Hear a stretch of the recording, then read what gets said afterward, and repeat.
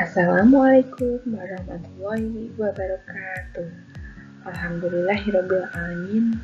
Wassalatu wassalamu asrofil anbiya'i wal mursalin wa ala alihi washabihi ajmain. Amma ba'du. Selamat pagi anak-anak. Bagaimana kabar kalian hari ini? Sehat semua ya? Hari ini pertemuan keempat kita masuk ke bab 2 permainan bola kecil. Saya pengampu penjaskes kelas 12, Bu Nia Witasari, akan memandu kalian belajar penjaskes.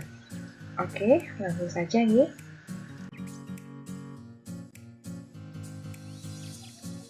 Untuk peta konsep bab 2 permainan bola kecil, kita akan mempelajari strategi dan taktik permainan bulu tangkis, tenis meja, dan softball.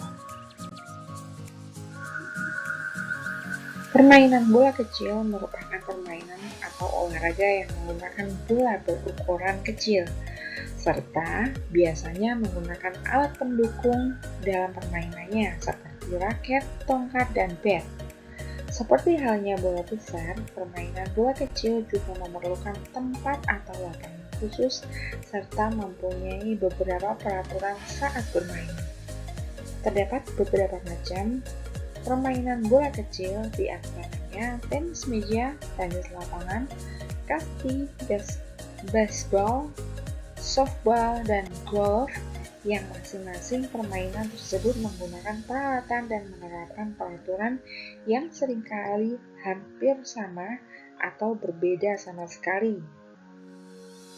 Melakukan permainan bola kecil memiliki beragam fungsi, misalnya mengurangi ketegangan, merangsang syaraf, mengalihkan perhatian, mencegah cedera berulang. Sama dengan permainan bola besar.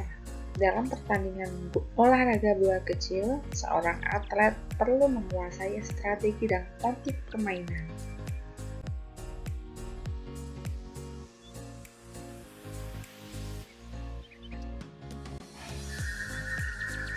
A. Strategi dan taktik permainan bulu tangkis. Permainan bulu tangkis berasal dari dua kata, yakni kata bulu dan kata tangkis. Pengertian olahraga bulu tangkis secara harfiah ialah permainan yang pelaksanaannya menggunakan raket untuk menangkis bola bulu. Bola yang digunakan dalam bulu tangkis disebut dengan kok, yang terbuat dari bulu unggas. Bulu tangkis paling sedikit dimainkan oleh 2 orang.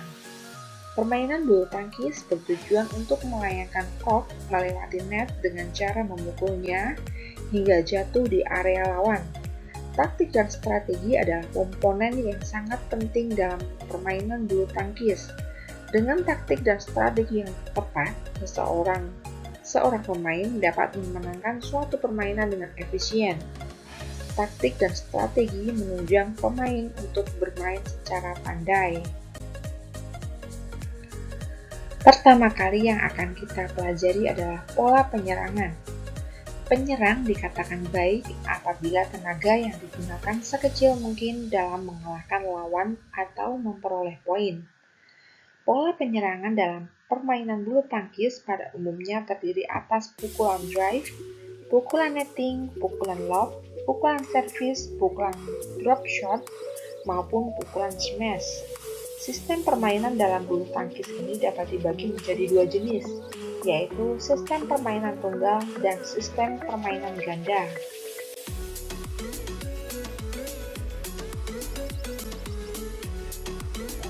Sistem permainan tunggal. Permainan tunggal bulu tangkis merupakan pelaksanaan permainan yang menggunakan sistem 1 lawan 1. Pada umumnya, permainan tunggal membutuhkan kesabaran dan keuletan. Hal ini dikarenakan perolehan nilainya disesuaikan dengan teknik dan strategi pemain tersebut secara penuh. Untuk itu, baik dan buruknya pukulan yang dilakukan menjadi tanggung jawab pemain tunggal secara penuh dalam proses mengalahkan lawan. Tujuan pola penyerangan permainan tunggal adalah untuk menghadapi lawan dengan taktik yang dikuasai secara penuh. Pola penyerangan tunggal memiliki beberapa taktik sebagai berikut. Yang pertama, permainan berdasarkan kekuatan dan kecepatan. Permainan ini menggunakan pukulan yang keras dan cepat serta mengarahkan shuttlecock jatuh curam ke bawah.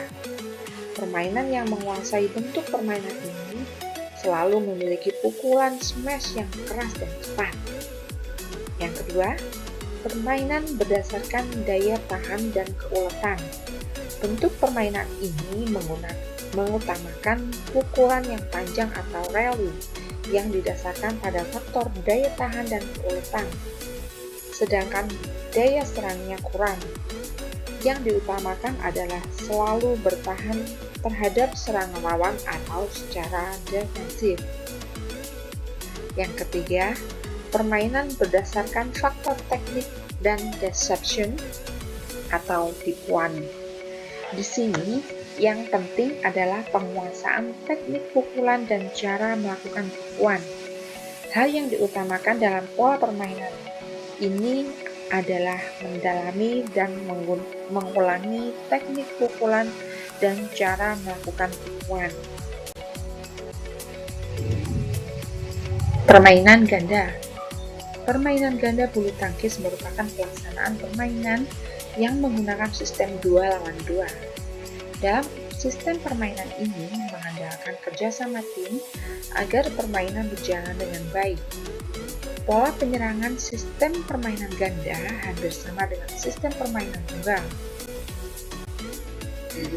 Adapun beberapa pola penyerangan sistem permainan ganda sebagai berikut. Yang pertama, pukulan servis. Pukulan servis merupakan pukulan awal atau sajian bola pertama sebagai permulaan permainan. Servis dikelompokkan menjadi servis pendek, short service, servis tinggi, lob service, servis mendatar, drive service, dan servis cambuk, flick service.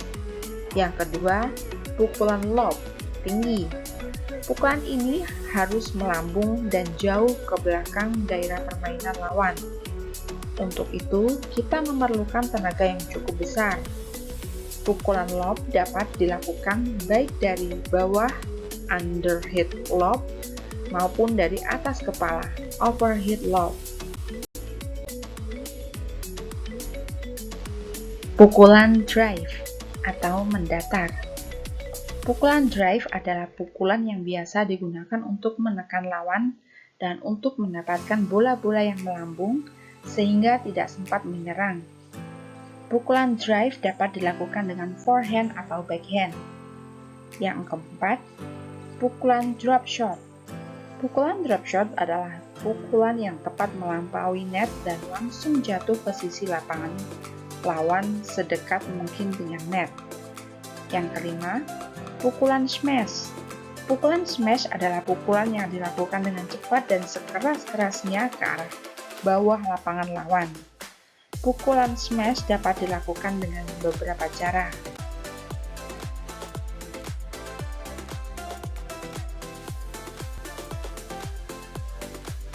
Yang keenam, return smash. Return smash adalah pukulan mengembalikan smash lawan sehingga menjadi serangan balik yang mematikan. Dan yang terakhir, ketujuh, netting. Netting adalah pukulan yang dilakukan di dekat net yang dipukul dengan sentuhan halus namun akurat. Netting dilakukan supaya shuttlecock yang jatuh di bidang lawan sedekat mungkin dengan net, sehingga lawan akan sulit mengembalikan shuttlecock. Yang kedua, pola pertahanan. Bertahan ialah cara untuk membuat shuttlecock kembali ke daerah lawan melalui atas net dan dapat mempertahankan daerahnya sendiri.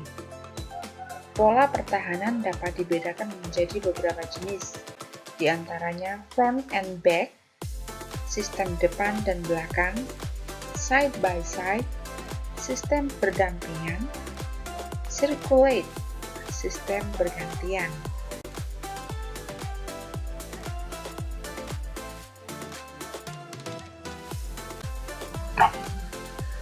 A. Sistem depan belakang atau bisa disebut dengan front and back.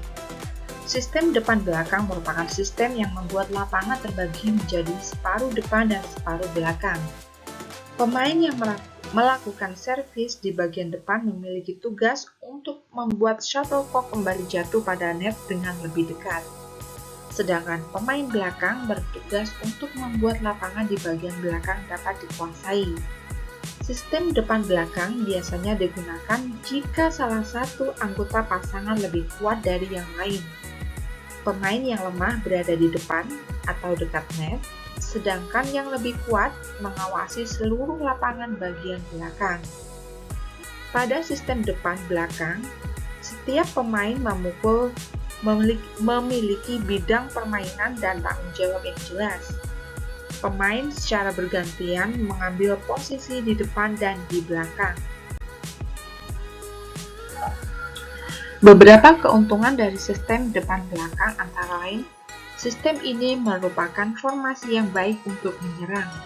Sistem front and back memungkinkan untuk menyembunyikan pemain yang lebih lemah ke dekat net.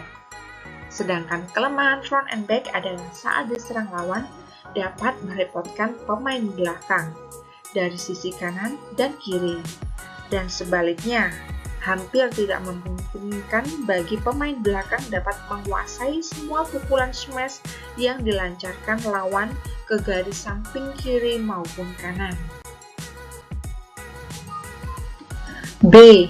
Sistem berdampingan side by side. Dalam sistem berdampingan, lapangan terbagi menjadi dua bagian yang sama besarnya. Masing-masing pemain memiliki tugas untuk mempertahankan daerahnya sendiri-sendiri. Apabila terdapat kelemahan pada salah satu pemain, maka pemain tersebut akan diserang dan diberikan shuttlecock secara terus-menerus. Berikut keuntungan dari sistem berdampingan. Yang pertama, daerah kekuasaan tipe pemain terlihat atau tampak dan dibatasi oleh garis-garis yang jelas, sehingga menghindari kesalahpahaman yang mengakibatkan salah pukul atau patahnya raket pemain. Yang kedua, sistem side by side merupakan formasi yang baik dan mempunyai pertahanan yang kuat, di mana lawan sukar menembusnya dengan smash.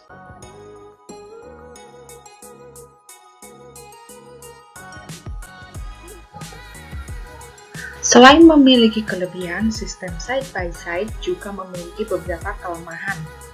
Berikut kelemahan dari sistem berdampingan. Yang pertama, pasangan lawan yang cerdik akan menekan secara terus-menerus pemain yang lemah. Yang kedua, dalam formasi ini, pemain tidak dapat menyerang dengan efektif. Dan yang terakhir, selain itu dalam sistem side by side, seorang pemain diharuskan menguasai lapangan dari depan net sampai ke garis belakang. C. Sistem bergantian atau circulatio.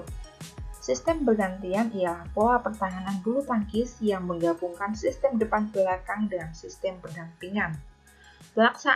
Pelaksanaan sistem ini bertujuan untuk mengatasi kesulitan dan menutupi kelemahan pada sistem depan belakang dan sistem berdampingan.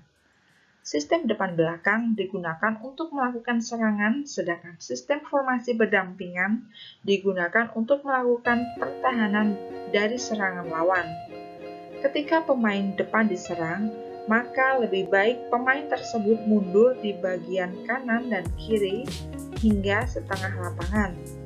Namun, pemain belakangnya mengambil posisi maju ke arah samping.